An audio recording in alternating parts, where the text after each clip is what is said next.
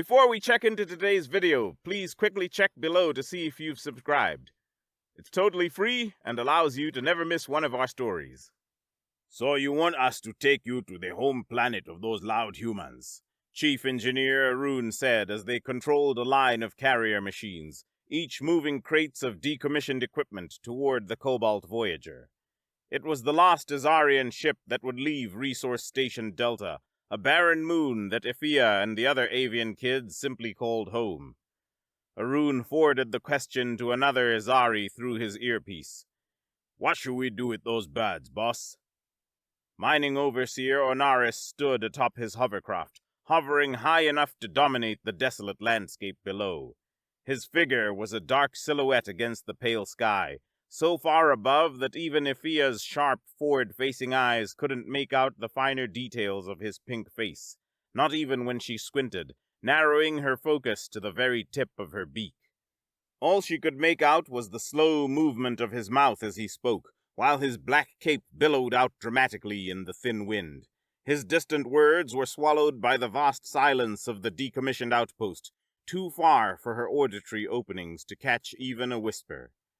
She considered stretching her wings to fly up and beg for a moment, but quickly abandoned the idea. The rumors about the Overseer's cruelty toward her species were terrifying. She'd heard he envied the Voltorian's ability to fly. If he took her approach as insolence, the kids in the shelter would have no one to rely on. They'd be stranded on this dead moon without water, food, or any way out. When Overseer Onaris stopped speaking, Ifia's attention returned to Chief Engineer Arun, who had certainly received his boss's instructions through the earpiece. Arun's pinkish face remained impassive, his compound eyes fixed on her, a flicker of something unreadable in his expression.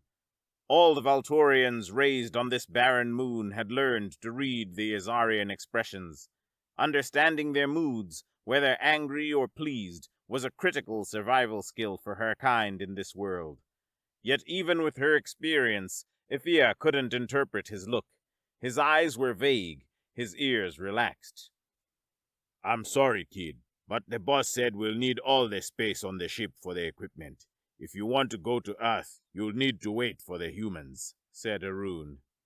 Ifia's gaze shifted to the enormous ramp of the half-empty cargo ship.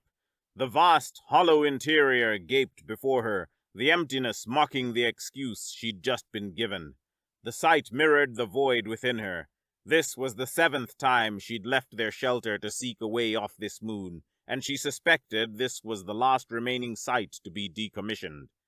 These crates were the final scraps the Azarians deemed worth taking. The prospect of being abandoned here was terrifying, and Ifia's talons tightened, a flame of defiance flickering inside her. The plumes over her chest bristled, but she kept her mind focused, a skill every Voltorian child raised on Resource Station Delta had to learn. Despite her inner storm, her words came out steady. Who am I to question the masters? But now that the humans have forced you to stop mining, are you really going to leave us here? If you go away, we'll have no supplies. How are we supposed to survive? Arun's eyes shifted away as she finished her plea. He took a deep breath, removed his earpiece, and walked around the polished metal crates, searching for something.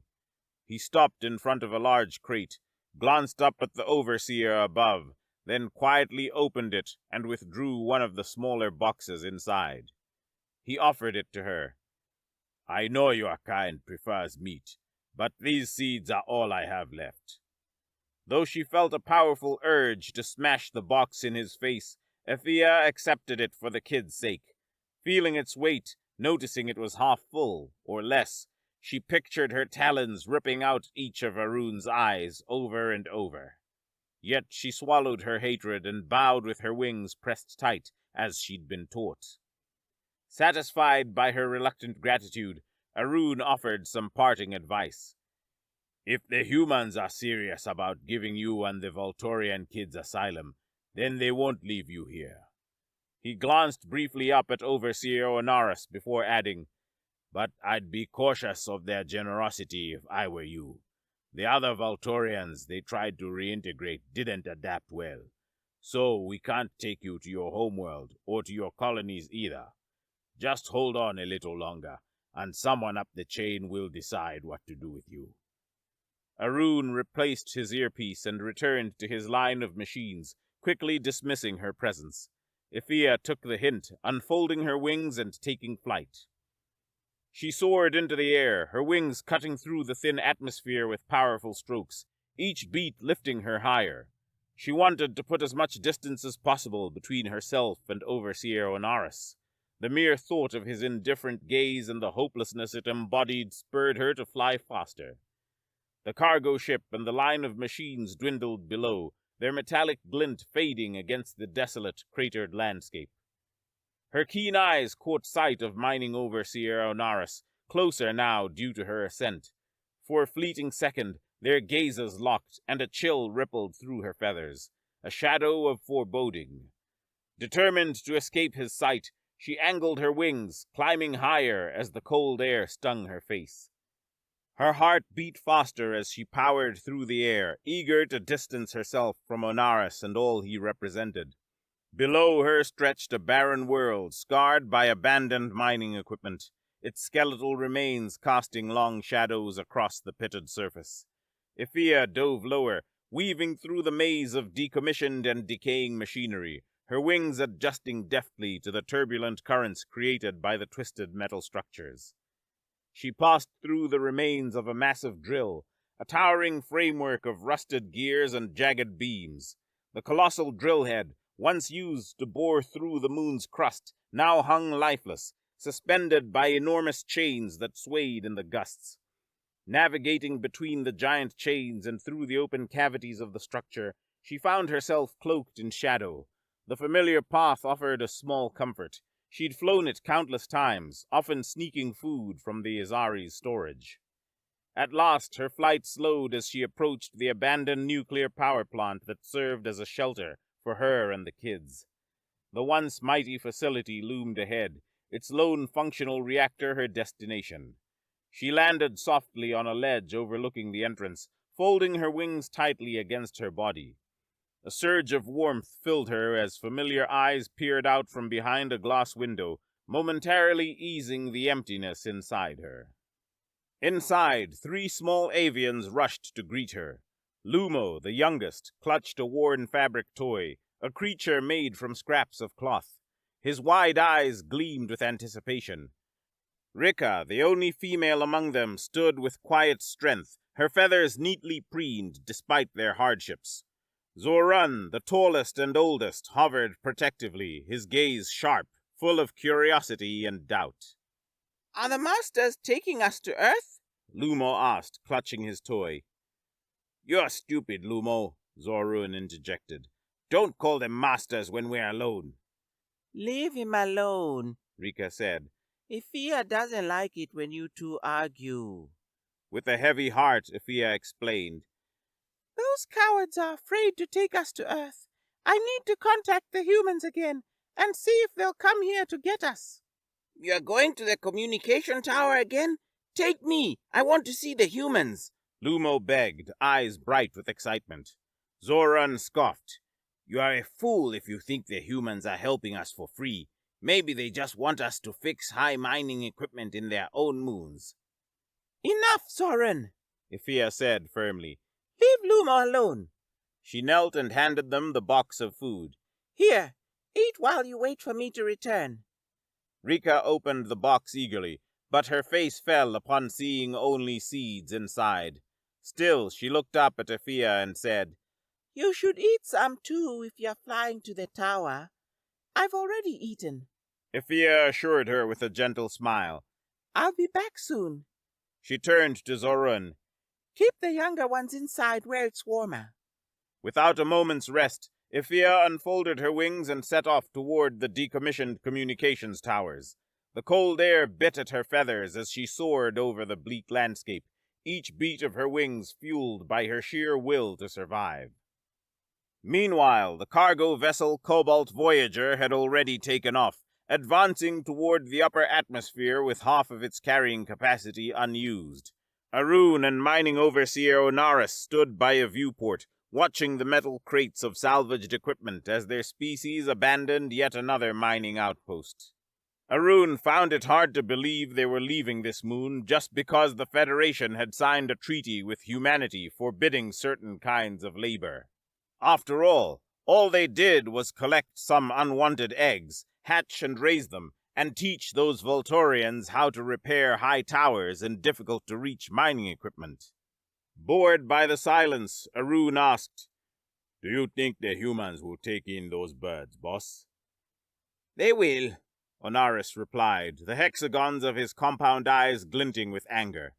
"Those nasty Deathworlders love getting our employees to testify against us in the Federation's highest court. We've lost 20 mining outposts across 8 systems, all because those humans with black suits and fabric ties have a way with words." His long fingers curled into a fist. "Trillions of credits wasted just to return those birds to their garden worlds, where they can't even adapt to their culture." Arun felt bad for the birds, but losing his job felt worse. It would be hard to find another position as a mining engineer, nearly impossible with so many outposts shutting down. This was all he could think about as their ship reached the void of space. Just when he was almost resigned to his fate, Onaris approached the viewport again, his gaze fixed on what remained of Resource Station Delta below. "I might have another position for you," he said, "if you're interested in doing me a favor."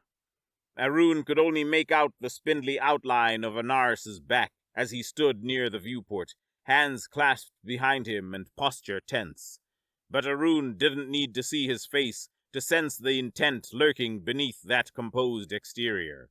He knew that anything Onaris had in mind was bound to be risky, or more likely, illegal.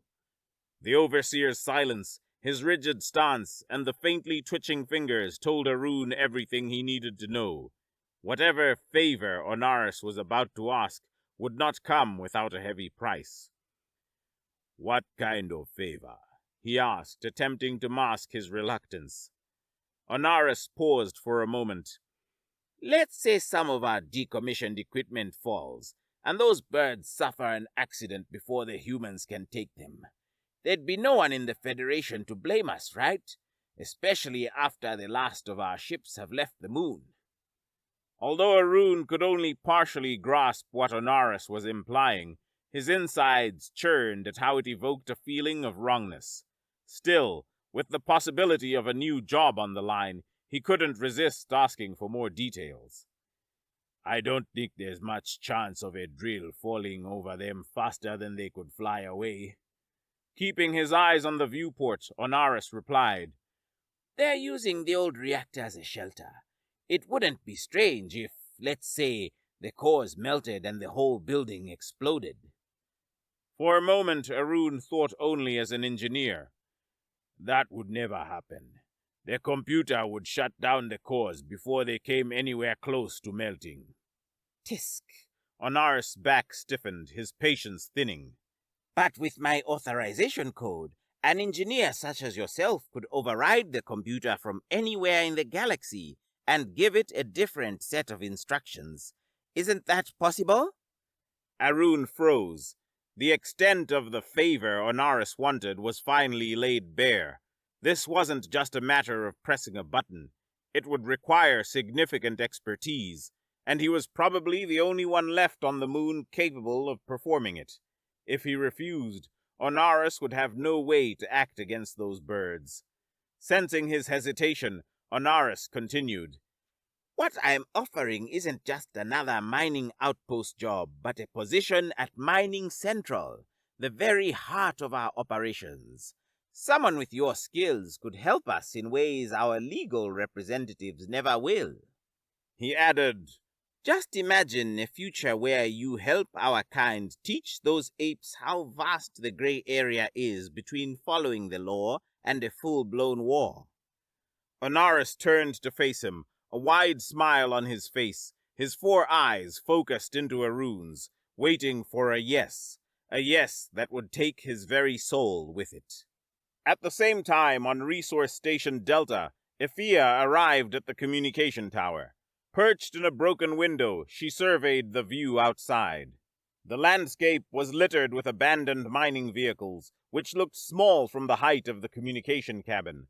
The setting sun cast long shadows, making the metal husks appear like ghosts from an old era.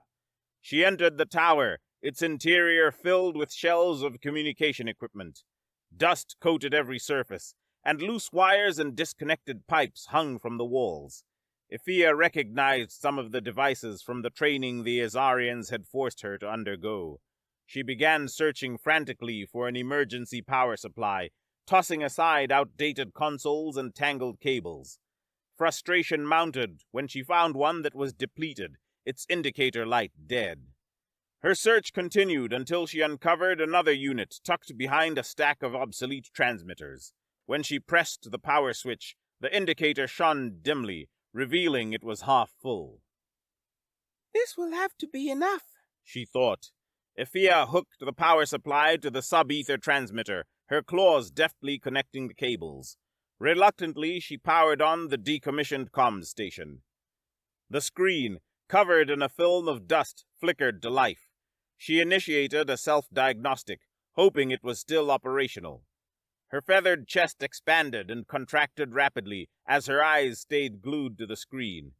Finally, the station powered on fully, and the familiar interface appeared. Reaching into her memory, she recalled the long stream of coordinates representing Earth. She input them carefully and pressed the button to request a video connection. As she waited for the humans to accept her call, she wiped the dust off the camera with her feathers, her heart pounding with hope and anxiety. A human appeared on the screen, one with gray hair and kind but tired eyes, faint lines tracing his face. Ifia quickly realized this wasn't the same human she had spoken to about asylum before. This one seemed to be male. His gaze shifted slightly as he registered the incoming transmission, a look of brief surprise and focus crossing his face as he took in her image. "Place of connection is Aryan territory," he stated. "Language of choice, Voltorian." He adjusted a device in his ear. "Greetings. I am Agent Marcus Hale of the United Humanitarian Coalition. May I have your name and the purpose of your contact?" I'm Ifia," she replied, her words spilling out. "I've already been offered asylum, but the Azarians haven't taken me and the kids to Earth as they promised. They've abandoned us on this moon. We have no water or food." A flash of anger crossed Marcus's face. His jaw tightened as he took a few seconds to consult the information on his screen. "You are the 10th call for help from a mining world we've received this week," he muttered, more to himself than to her. "Those Azarians—" "Are you going to help us?" Ifia asked, her voice betraying her desperation. Marcus's expression softened into a reassuring smile. "Yes, absolutely. The Azarians haven't given us permission to land on their mining worlds, but we'll rescue you anyway, and sort out the consequences in court later." She hesitated, narrowing her eyes slightly. "Why are you helping us? What's in it for you?" He leaned forward. "Humanity has many unresolved issues with the Azarians, from espionage on Earth to unethical business practices. We are well aware of the injustices your people have faced and are trying to help as best we can. We intend to take you and the children to Nade 75, a colony of your species where we have an ally who can assist with cultural integration. We expect nothing in return, but if you are willing to testify against the Azarians in the Federation court, it would be appreciated." A contained happiness fluttered within Ifia. Knowing this was an enemy of my enemy situation made her feel more at ease. Pure generosity would have made her wary. "Please provide your exact location," Marcus continued. She gave a detailed description of how to locate the nuclear power plant, mentioning landmarks and coordinates visible from orbit. She pointed out the giant chains, decommissioned drills, and the distinct metallic spire piercing the sky. "Thank you, Ifia," he said. "A ship will be on its way to get you in a few hours. You can expect a comfortable room and plenty of food to eat on your journey to Nade 75. Relief and joy washed over her. She imagined finally being able to give the kids some meat, recalling that humans, like the Voltorians, were omnivores who ate both plants and meat. Perhaps this time the children would have full bellies and a safe place to rest. As she pictured the feast, the emergency power supply flickered and died. The lights of the communication station faded, but she looked at them with gratitude, knowing how lucky she was to have completed her conversation with the humans. Leaving the dimming equipment behind, she walked to the broken window and leaped out. For a moment, she enjoyed the free fall, the wind rushing past her feathers. Her heart soared with the good news she carried, eager to return to the nuclear power plant and share it with the kids. Her wings fought against the cold wind as she flew, her mind already imagining their reactions. Lumo would be ecstatic at the mention of food. Zoran might express doubt that the humans would actually come, and Rika would probably admit she saved some seeds for Ifia, despite being told not to. As she approached the familiar place with the giant chains, something unusual caught her eye. Smoke was rising from the area around the heat exchangers, and it seemed a wall had collapsed in the generator room. Stranger still was the bright illumination of the entire facility, something that shouldn't have been possible given how much they struggled to power even a few rooms. A bad feeling settled in her chest, and she pushed against the wind, her muscles burning with exertion as she scanned for the best path into the building. Fear entered her thoughts, but determination drove her forward. Suddenly, a blinding flash of light seared her vision before she could form another thought. She turned her head in confusion, flinching from the intense brightness, momentarily forgetting she was mid-flight. For a fleeting instant, her eyes recovered enough to witness the nuclear power plant engulfed in a sphere of light. Her eyes widened just as the shockwave struck her. The deafening boom assaulted her auditory openings, and her already disoriented flight led her left wing to collide with one of the giant chains beside her. A surge of pain shot through her body as she spiraled uncontrollably downward. Numbness seeped into her mind as the ground rushed up to meet her. In a final effort against gravity, her most basic instincts kicked in when she realized the ground was approaching fast. Despite the agony, her left wing managed a few feeble beats. She barely registered the impact as she hit the ground, the pain from her broken wing fading into the background noise of her senses. Her last coherent thought was a solemn promise. She would survive and tell the humans what she had seen. 20 quiet days had passed, and Arun stood by the window of his new office on Azari Prime. The planet, officially named Resource Station Alpha, was the first mining post the Azari species had established beyond their cradle world, a planet long since depleted, but never abandoned due to its historical significance. For those unfamiliar with its history, it was nearly impossible to associate the opulent buildings, coated in layers of rare materials, with a mining planet. Arun himself had yet to adapt to working in a building constructed almost entirely of platinum. The legal representatives of his species seemed so accustomed to such extravagance that many didn't even realize that not everywhere was like this. Idor, the one co-worker with whom Arun had found common ground due to their shared backgrounds as mining engineers, approached him at the window. "Struggling to adjust to the easy life?" Idor asked, a hint of amusement in his voice. "Azari Prime feels like a waste," Arun replied, gazing out at the shimmering cityscape. "After all the struggle I endured over the past few years working with mining equipment, I might never get used to such a waste of metals." "You'll get used to it in time," Idor said reassuringly. "Every Azarian eventually does." He extended his arm, pointing a long finger toward the moon orbiting the planet, Luminara. "That's where the true riches lie," he continued. "The buildings there are solid pieces of gold, platinum, even palladium. It's a pity only the highest executives have their offices there, but I guess the desire to move up is necessary. It keeps Azari Prime running." Arun took in the information with slight surprise, a sense of futility washing over him. Everything they did in that mining world suddenly felt pointless. Looking at Luminara, he felt no desire to go there. Seeking to change the subject, he asked, Have you heard if the humans are blaming me and Onaras for the incident with the birds in Resource Station Delta? Their silence is unusual. Idor chuckled. You're lucky, he said. Ever since you joined us here, the humans stopped showing up for Federation court hearings. Whatever you and Onaras did seems to have solved all our legal problems related to those birds. A hint of anger crept into Arun's voice. Who said we did anything? Idor kept laughing, dismissing Arun's agitation. Placing a hand on Arun's shoulder, he said, Promotions like yours don't happen by chance. Everyone here at Mining Central is innocent of something, so you don't have to worry.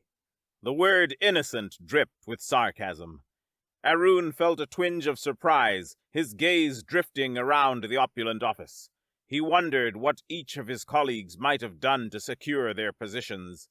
Inside, he felt hollow, questioning whether he could ever adapt to living here, or if he'd ever see these legal representatives as his peers. Sensing his contemplative state, Idor tapped his shoulder lightly. Don't overthink it. You made the humans quiet. Take it as a win, he said before walking away, leaving Arun alone by the window. Maybe everyone is the same, Arun thought to himself, putting themselves first when given the chance. Perhaps even those birds would have turned against us if given the opportunity. He tried to justify his actions, convincing himself that self-preservation was universal. The humans are no different, he mused. Their usually loud voices had been silenced when he and Onaris dared to venture into what his boss called the gray zone. Of course, they weren't any better. Who would risk a war over a few birds? No one. Just as Arun was almost convincing himself that any sensible individual would have made the same choice he did, a brilliant light consumed the sky above Mining Central. It wasn't enough to burn his eyes, but it forced his 4 eyes to squint, his hand instinctively moving to shield his forehead. Arun's eyes strained as the glow dimmed, and then he saw it. Luminara, ripping itself to pieces. A jagged fissure raced along the moon's surface, splitting open with a force that seemed to resonate through the ground beneath him. Entire sections of the moon shattered, hurling massive debris into space like meteors, some still glowing with the heat of the explosion. The light from the drifting fragments swept over Azari Prime, turning night into day, as though the sky itself were bleeding out the lost vestiges of Luminara's stolen riches. The sight was hypnotic, mesmerizing, and utterly apocalyptic. Panic erupted in the office. Colleagues scrambled from their desks, voices overlapping in confusion and fear. Alarms blared, their shrill sounds intensifying the chaos. Arun stood frozen by the window, his mind struggling to comprehend the catastrophe unfolding before his eyes. The night that followed was long and harrowing, marked by panic and widespread fear. Arun and his colleagues, those who realized there wouldn't be enough ships for everyone to evacuate, gathered anxiously around communal screens to watch the news. The atmosphere was plagued by tension, hushed whispers, and occasional outbursts of dread. Reporters provided real-time updates as scientists ran simulation after simulation. Late into the night, they concluded that most of the debris would remain in orbit, forming a ring around Azari Prime rather than falling onto the planet's surface. A collective sigh of relief swept through the room, but it did little to ease the underlying anxiety. As the initial panic gave way to exhaustion, the mood in Mining Central shifted to one of sorrow and doubt. No one knew what had caused the destruction of their species' ultimate symbol of wealth. The loss of Luminara was more than material. It was a blow to their very identity. With the morning light came answers. A Federation broadcast displayed a human being interviewed by a panel of aliens from multiple species. The questions were sharp, clearly trying to frame humanity as the perpetrators of an act of war against the Azarians. A cold fear gripped Arun's insides. The prospect of humanity defending themselves by exposing what he and Onaris had done was the first thought to cross his mind. His hearts pounded in unison as he awaited their response. But the humans' replies took a different course than he had anticipated. Why did humanity attack Izari Prime's moon? One of the alien reporters demanded, her antennae twitching with intensity. The human representative, a composed man in a formal suit, replied, "It was a tragic mistake on our part. We were approaching to negotiate a trade deal, but one of our auto-targeting systems misidentified the moon due to its abundance of radioactive iridium. The AI on board decided to fire the coil gun preventatively. Unfortunately, these kinds of accidents can occur in space."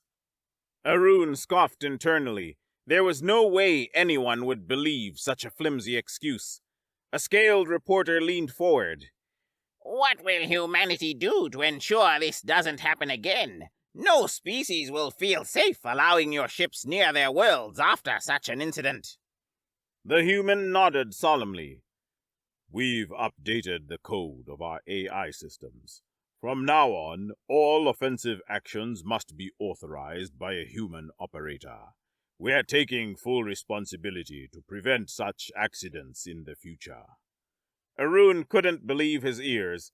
The tone of the next question grew noticeably softer, almost sympathetic.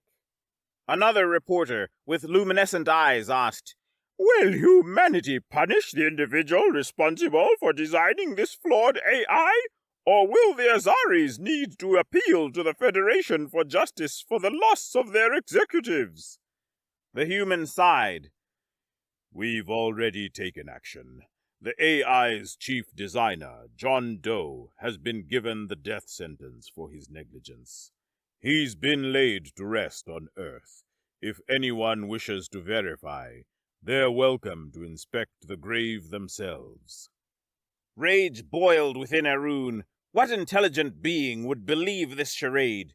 Yet the next question was posed with a tone of almost pity.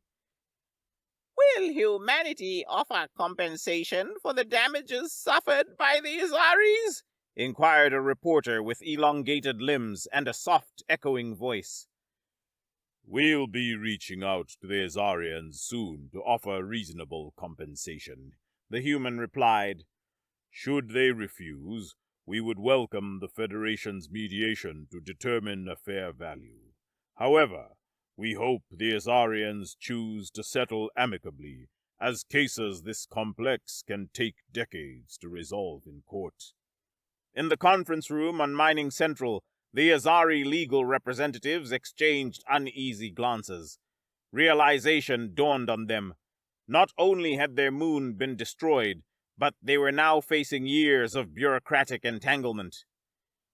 Does humanity have any final words for the Azarians? Asked another reporter, her eyes reflecting a spectrum of colors.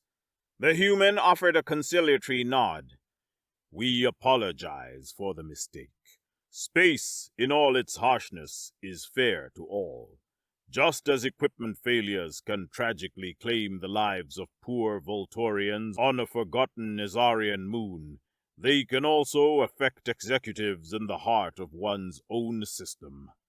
It would be in everyone's best interest to monitor their equipment more diligently to prevent such unfortunate incidents in the future." The Azarian legal team turned their gazes toward Arun in unison, their expressions a clear display of accusation. Their corrupt minds understood the veiled message, a warning likely lost on the rest of the galaxy. It was only then that the full weight of realization crashed upon Arun. With Onara's office and Onaris himself destroyed along with the moon, there was no one left to share the blame for the obvious retaliation. He stood alone, a solitary figure under the scrutiny of his peers. He swallowed hard, and a sinking feeling settled in his stomach. It seemed that the yes he had uttered to his boss in the cargo ship's bay would exact its price much sooner than he had ever imagined.